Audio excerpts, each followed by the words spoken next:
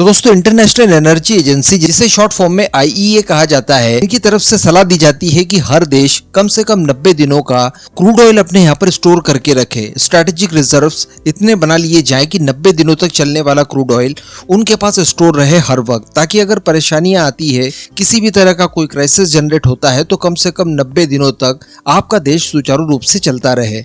इसी आधार पर दुनिया के अलग अलग देश अपने रिजर्व्स को बढ़ा रहे हैं। अगर भारत की बात की जाए तो भारत इस मामले में काफी ज्यादा पिछड़ा हुआ दिखाई देता है। फिलहाल भारत के पास जो भंडारण क्षमता है वो 9.5 दिनों की ही है, यानी 9.5 दिन भारत का स्ट्रेटेजिक रिजर्व हमारी जरूरत पूरी कर सकता है। हालांकि यहाँ पर जो तेल कंपनियां हैं, इनके रिजर्व भी अगर हम लोग काउंट कर लें तो टोटल भारत के पास 74 डेज का क्रूड ऑयल हमेशा मौजूद रहता है। अभी फिलहाल भारतीय सरकार के स्ट्रेटेजिक रिजर्व देखें तो 5.3 मिलियन टन कच्चा तेल हम लोग भंडारण करके रख सकते हैं, इतनी व्यवस्था हमारे पास मौजूद है। और इसके लिए जो रिजर्व तैयार किए गए हैं उसमें से एक विशाखापट्टनम में है, एक बेंगलुरु में है और इसके अलावा एक पद्दूर में भी है। इसके अलावा 6.5 मिलियन टन कच्चा तेल और हम लोग रिजर्व कर सके, इसके लिए भी और स्टोरेज तैयार करवाए जा रहे हैं। कुल मिलाकर भारत की सरकार के पास 12 मिलियन टन क्रूड ऑयल को स्टोर करने के लिए स्टोरेज तैयार होगा, लेकिन ये हमारे लिए पर्याप्त नहीं है। एटलीस्ट 90 दिनों का तो चाहिए ही चाहिए,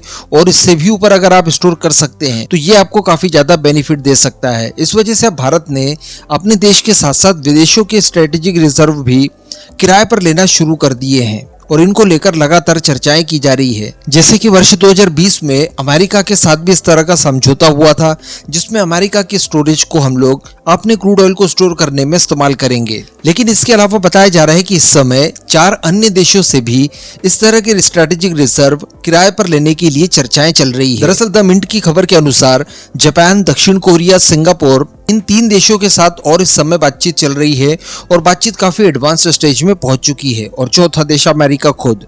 तो इस तरह से 4 देशों के अंदर हमारे स्ट्रेटेजिक रिजर्व तैयार हो जाएंगे आने वाले कुछ समय में। हालांकि साउथ कोरिया, जापान और सिंगापुर के साथ अभी किसी तरह की डील फाइनल नहीं की है, लेकिन ये काफी जल्द हो सकती है। इसको लेकर कुछ चीजों का अनुमान पहले ही लगा लिया जाता है, जैसे कि हम जिस देश में अपना तेल स्टोर करके रखेंगे वो भारत के हितों के लिए प्रैक्टिकल होगा भी कि नहीं होगा। ऐसा तो नहीं है कि हम लोगों ने चाइना के अंदर स्टोर करके रख दिया और क्राइसिस जब आए तो चाइना उसे देने से ही इनकार कर दिया। तो इस तरह की चीजों को ध्यान में रखा जाता है। जो फ्रेंडली कंट्रीज होती है वहीं पर आप अपना तेल स्टोर करके रखते हैं। तो मेरे ख्याल से सिंगापुर हो, साउथ कोरिया हो या फिर जापान हो, ये तीनों ही देश भारत के लिए एक प्रैक्टिकल विकल्प हो सकते हैं। इसके अलावा इस बात का भी ध्यान रखा जाता है कि ये जो हमसे इसके बदले किराया वसूलेंगे ये कहीं बहुत ज्यादा तो नहीं है। कहीं ऐसा तो नहीं कि इतना किराया हम लोग दे दे जितने में हम लोग हमारे डोमेस्टिक लेवल पर इतने ही स्टोरेज तैयार कर सकें। इस बात का भी ध्यान रखा जाएगा। और इससे भी बड़ी बात कि ये किस एरिया में होगा। यानी जापान की बात तो कर ली, लेकिन जापान में भी ये स्टोरेज हमें किस एरिया में देखने के लिए मिलेगा, इसका सही सिलेक्शन करना भी जरूरी है, ताकि ट्रांसपोर्टिंग में ज्यादा खर्च ना हो। पता चला काफी दूर दराज के इलाकों में हमें स्टोरेज प्रोवाइड करवा दिए गए हों तो वहां पर भी हमें लागत ज्यादा लग सकती है। तो इन सब चीजों को भी ध्यान में रखा जाता है, और जब सारी चीजें सुटेबल पाई जाती है उसके बाद इनको लेकर कॉन्ट्रैक्ट साइन कर लिए जाते हैं। तो फिलहाल देखने वाली बात रहेगी कि कब तक इन देशों के साथ स्ट्रैटेजिक रिजर्व्स को लेकर हम लोग डील साइन करते हैं। बाकी जो डोमेस्टिक लेवल पर हम लोग तैयार करने की कोशिशें कर रहे हैं उससे अच्छा कोई दूसरा विकल्प आपके पास अन्य नहीं हो सकता। इसमें भी एक विकल्प भारत के पास अच्छा निकल कर आया था और वो थी नमक की खदानें। नमक की खदानों को आप काफी जल्द अपने हिसाब से तैयार कर सकते हैं। उनके अंदर आप पानी छोड़कर उतनी गहराई के स्टोरेज प्राप्त कर सकते हैं या कुएं प्राप्त कर सकते हैं जितना कि आपके पास तेल मौजूद है और जितने तेल को आप स्टोर करके रखना चाहते हैं। और बात की जाए अगर नमक की खदानों की तो भारत के पास अनगिनत सी है। आप किसी एक का चुनाव करके